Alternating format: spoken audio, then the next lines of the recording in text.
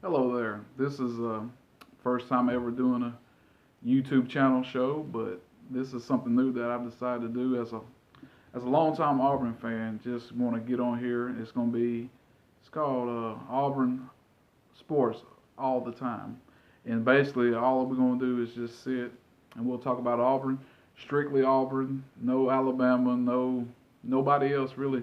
It's all related to Auburn. Anything that pertains to Auburn, we're going to discuss it and talk about it. I'm the host, Bruce Howard. I'll give you a little feedback about me. Uh, I was born and raised in West Lofton, Alabama, from Bibb County, South Alabama.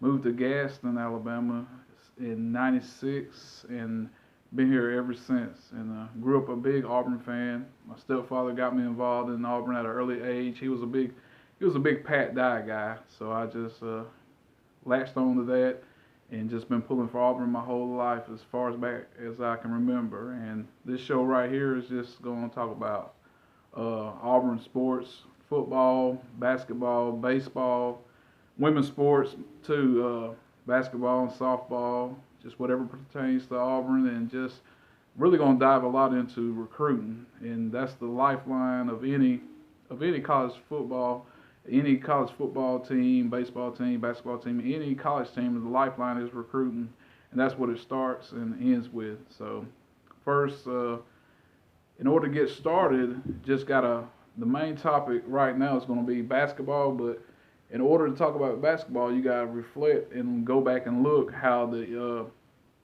end of the football season ended, and in typical Gus Malzahn fashion, it ended with another bowl loss. That's 2-5 in the last seven bowl games, and I mean that's just par for the course. The team always reflects the personality and takes on the personality of the head coach, and obviously it was a lackluster performance from a play calling standpoint.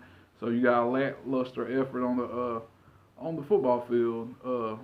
For Auburn to have this elite vaunted defensive line got manhandled by a bunch of 2 and 3 star guys, slow linemen from Minnesota, which is not a knock on 2 and 3 stars, but Auburn played against teams like LSU, Georgia, Alabama, and teams like that. They didn't get dominated like that at all, and that's going against teams like that. It's got 4 and 5 star linemen and just didn't really even show up for the bowl game, basically. So there's really not even much to talk about right now, except for moving forward, going into this 2020 season. You got he's made a change. The offensive coordinator brought on Chad Morris from Arkansas.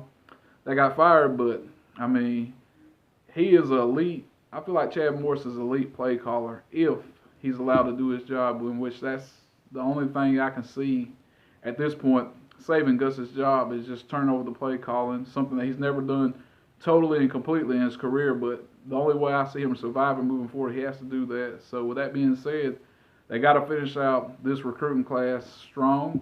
I mean, it's a top 10 class right now in the early signing period, and there's several guys they're in on late that can make a difference. The number one guy left on their board has to be the big left tackle out of Lithonia, Georgia, Broderick Jones, and he's committed to Georgia, but he's pretty much wide open down to 3 schools, probably Auburn, Georgia, and Tennessee. So, and Auburn supposedly will get the last visit right before the signing day in February.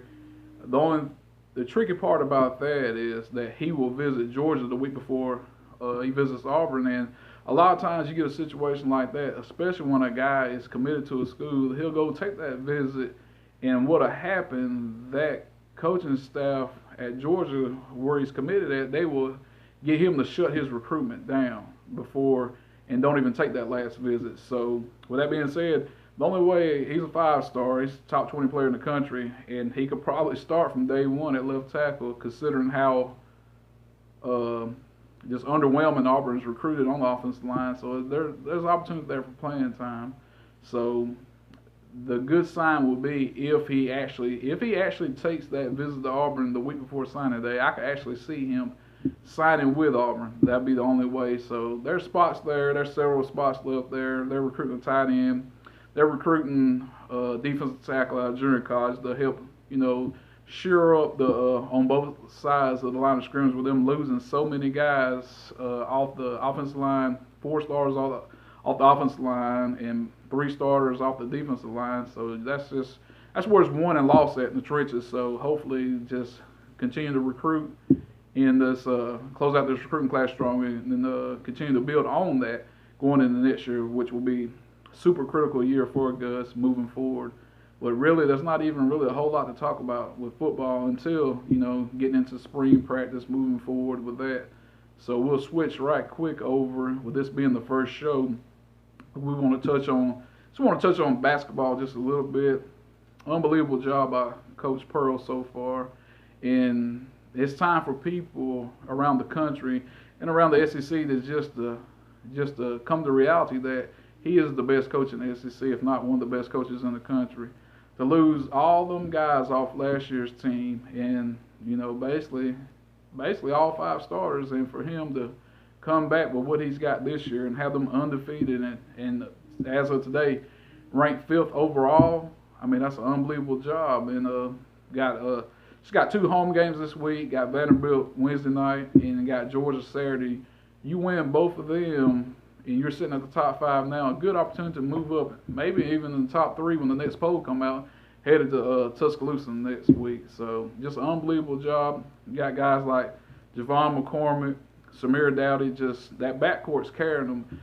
But like last year, they're living and dying off the 3-point shot. This year's a little different. I mean, they're relying on defense and rebounding, which is that just goes to show you how good of a coach Pearl is compared to last year. They set a record, the SEC record. I think they hit like maybe 445 threes on the season, which was like 100 more than the next SEC team. So just having to adjust and change their style of play, which they still play up tempo and shoot a lot of threes, but just having to rely more on an inside game with Austin Wiley, him being a senior this year, and just finally living up to that 5-star ranking that he had. So this is just an unbelievable coaching job by him, and just hopefully continue to move it forward. Because like if the season ended today, they would be a 1 seed. That's really unheard of for Auburn right now. So just hopefully just continue to build on that momentum moving forward, and just continue to build. And I know it's right around the corner. Spring's coming up. You got baseball coming up, and just all that.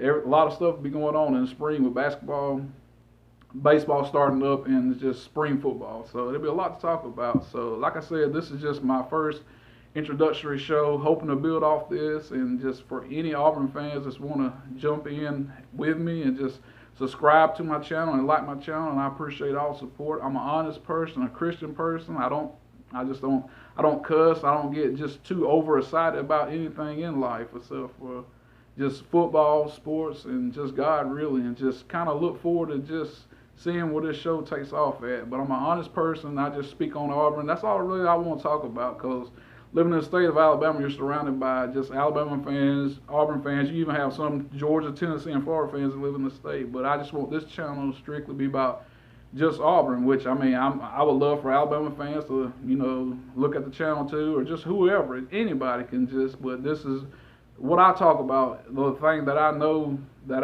and just believe in is just Auburn, and just grow off that and just focusing on just the Auburn sports. So there's so many different channels up there to focus in on so many other things. I just want this channel to just be strictly about Auburn though.